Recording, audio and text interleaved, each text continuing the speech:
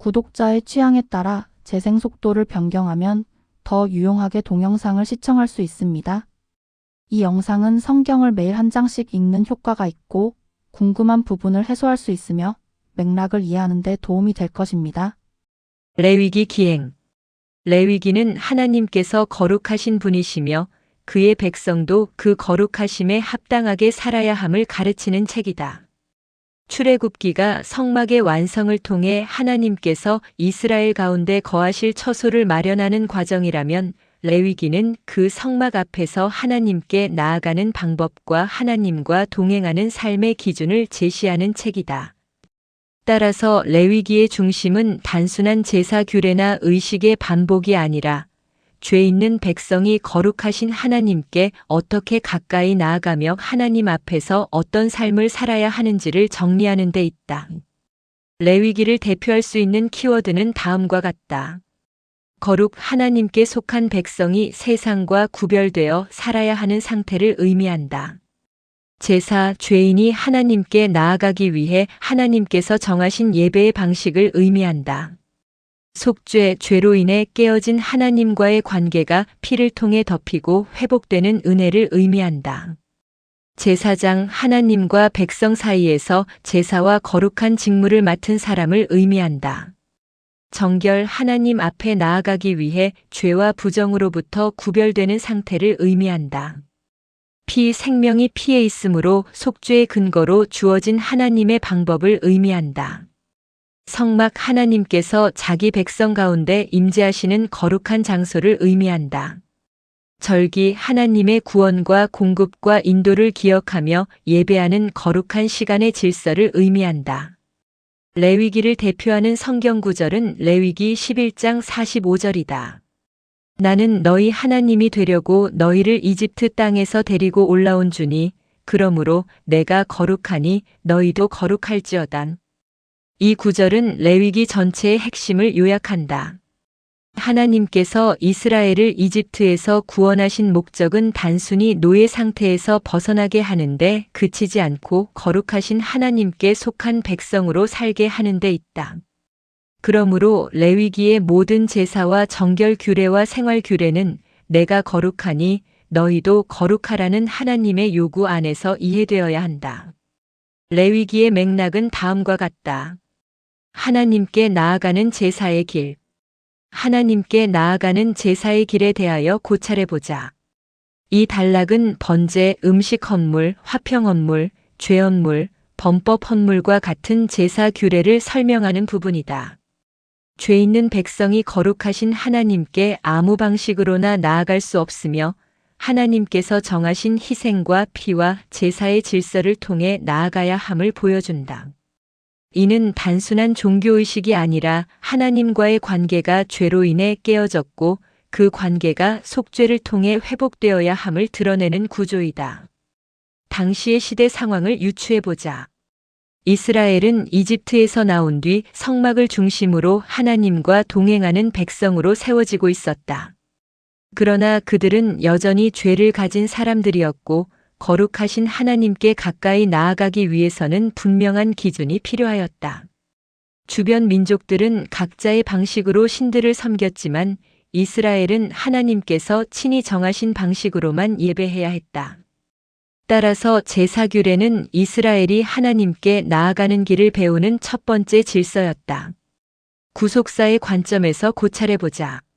레위기의 제사는 장차 그리스도께서 이루실 완전한 속죄를 예표한다.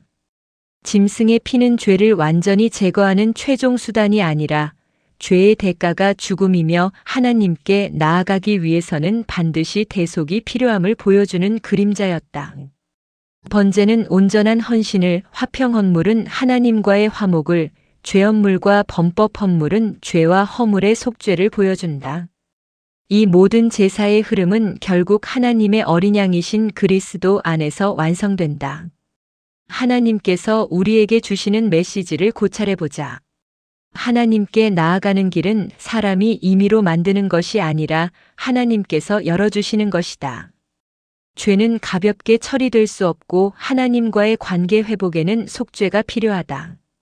그러므로 성도는 예배를 자기 감정이나 형식으로만 이해하지 말고 하나님께서 정하신 은혜의 길로 나아가야 한다. 나 자신에게 질문과 답을 나누어 보자. 왜 제사가 필요한가? 죄 있는 사람이 거룩하신 하나님께 직접 나아갈 수 없기 때문이다. 제사는 죄의 심각성과 속죄의 필요를 보여주는 하나님이 정하신 길이다. 왜 피가 강조되는가? 생명이 피에 있기 때문이다. 피는 죄의 대가가 생명이라는 사실을 보여주며 속죄가 값없이 가벼운 일이 아님을 드러낸다. 왜 제사의 종류가 여러 가지인가? 하나님과의 관계에는 헌신, 감사, 화목, 죄의 용서, 허물의 회복 등 여러 측면이 있기 때문이다. 제사의 다양성은 하나님 앞에서 인간의 삶 전체가 다루어져야 함을 보여준다. 이제 우리의 신앙적 다짐을 정리해보자. 나는 하나님께 나아가는 일을 가볍게 여기지 않고 내 죄를 덮으시는 하나님의 은혜와 그리스도의 속죄를 의지하여 예배의 자리로 나아가야 한다. 제사장의 직무와 거룩한 섬김. 제사장의 직무와 거룩한 섬김에 대하여 고찰해보자. 이 단락은 아론과 그의 아들들이 제사장으로 세워지고 성막에서 하나님을 섬기는 직무가 시작되는 부분이다. 그러나 나답과 아비후가 하나님께서 명령하지 않으신 다른 불을 들이다가 죽는 사건이 이어지면서 거룩한 섬김은 인간의 임의적 열심이 아니라 하나님의 명령에 따른 두려운 순종이어야 함을 보여준다. 당시의 시대 상황을 유추해보자. 이스라엘은 성막 예배의 질서를 시작하는 단계에 있었다. 제사장은 백성을 대표하여 하나님께 나아가는 직무를 맡았기 때문에 그들의 행동은 개인적 실수로만 끝나지 않고 공동체 전체의 예배 질서와 연결되었다. 그러므로 제사장 위임식은 단순한 직분 임명이 아니라 거룩하신 하나님 앞에서 섬기는 자가 어떤 기준을 가져야 하는지를 보여주는 사건이었다. 구속사의 관점에서 고찰해보자. 아론 계열의 제사장들은 하나님과 백성 사이를 중재하는 역할을 맡았지만 그들 자신도 죄인이었기 때문에 완전한 중보자가 될 수 없었다.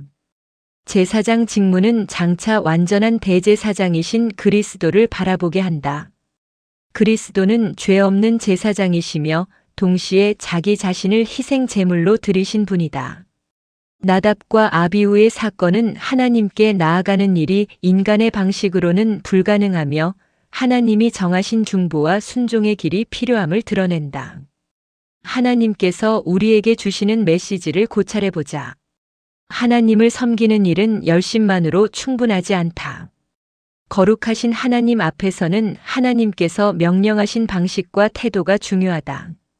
성도는 예배와 섬김을 자기 방식대로 꾸미는 것이 아니라 하나님의 말씀 앞에서 두려움과 순종으로 감당해야 한다. 나 자신에게 질문과 답을 나누어 보자. 왜 제사장의 위임이 중요했는가? 제사장은 하나님과 백성 사이에서 거룩한 직무를 맡은 사람이었기 때문이다. 그들의 섬김은 개인의 일이 아니라 공동체 전체의 예배와 연결되었다.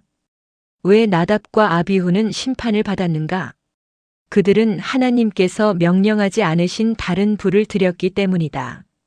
하나님을 섬기는 일에서 인간의 임의적 방식은 거룩함을 훼손할 수 있다. 왜 섬김에도 두려움이 필요한가?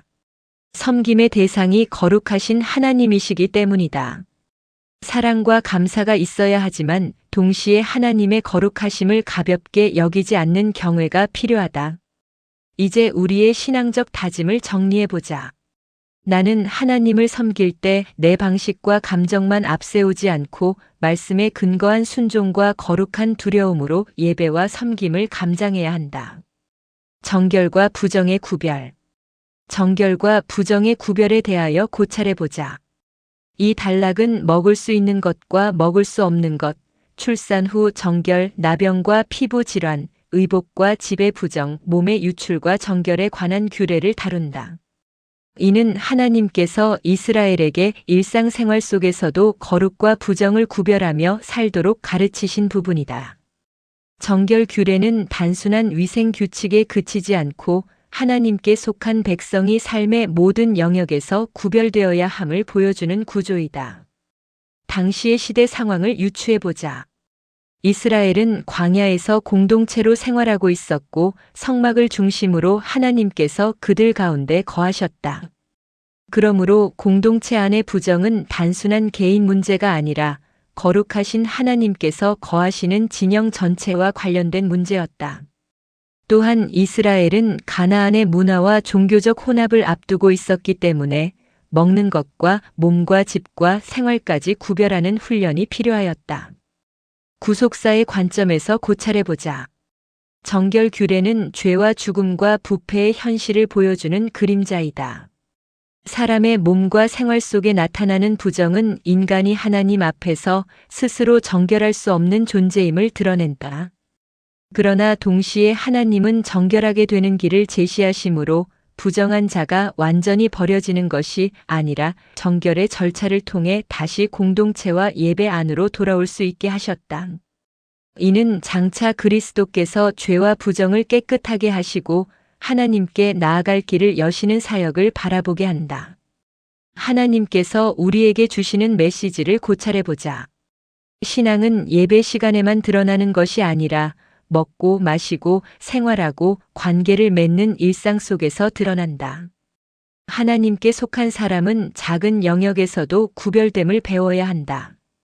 또한 부정한 상태를 숨기는 것이 아니라 하나님께서 정하신 방식으로 정결하게 되어야 한다. 나 자신에게 질문과 답을 나누어 보자. 왜 먹는 것까지 구별해야 했는가?